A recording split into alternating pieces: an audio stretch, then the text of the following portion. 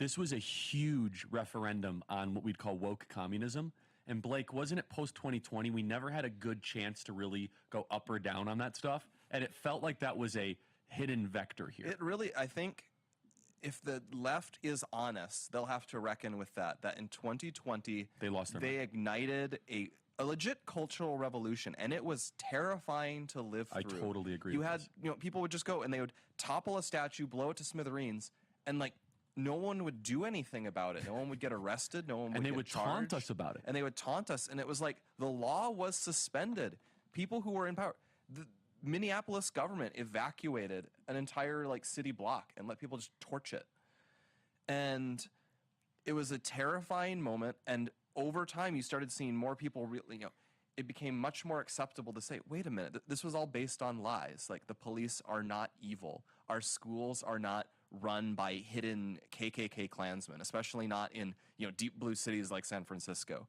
And they would only triple down on this. They would trot out.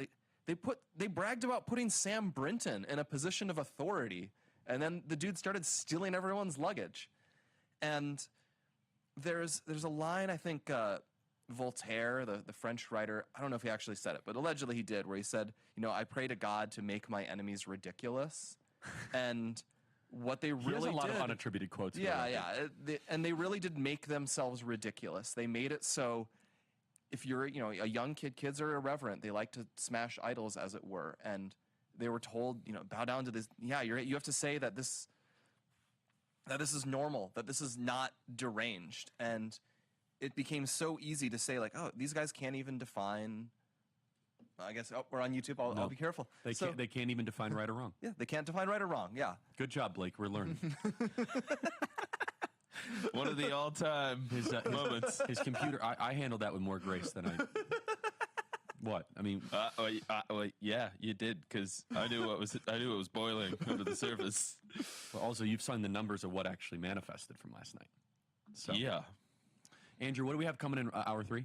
We got Rich Barris in the second half, but I think we still have Hispanic to go over. We have Senate to go. Yeah. Email us, as always, freedom@charliekirk.com. Become a member, members.charliekirk.com, if you guys want a signed MAGA hat. Also, you know who I want to shout out right now? I want you guys to download the Real America's Voice app. Can we shout out Real America's Voice and Parker and Rob Sig? Just amazing. How great they've been. I don't know if the SIGs are watching right now. Yeah. But I want you guys to download the Real America's Voice app. Anytime we want to stream, they say yes. Anytime that we want to do something. Like an event here, we need trussing here, lighting there, cameras there. It's a really amazing partnership and camaraderie. Yeah. Oh, by the way, I'm trending on Twitter, 101,000 posts.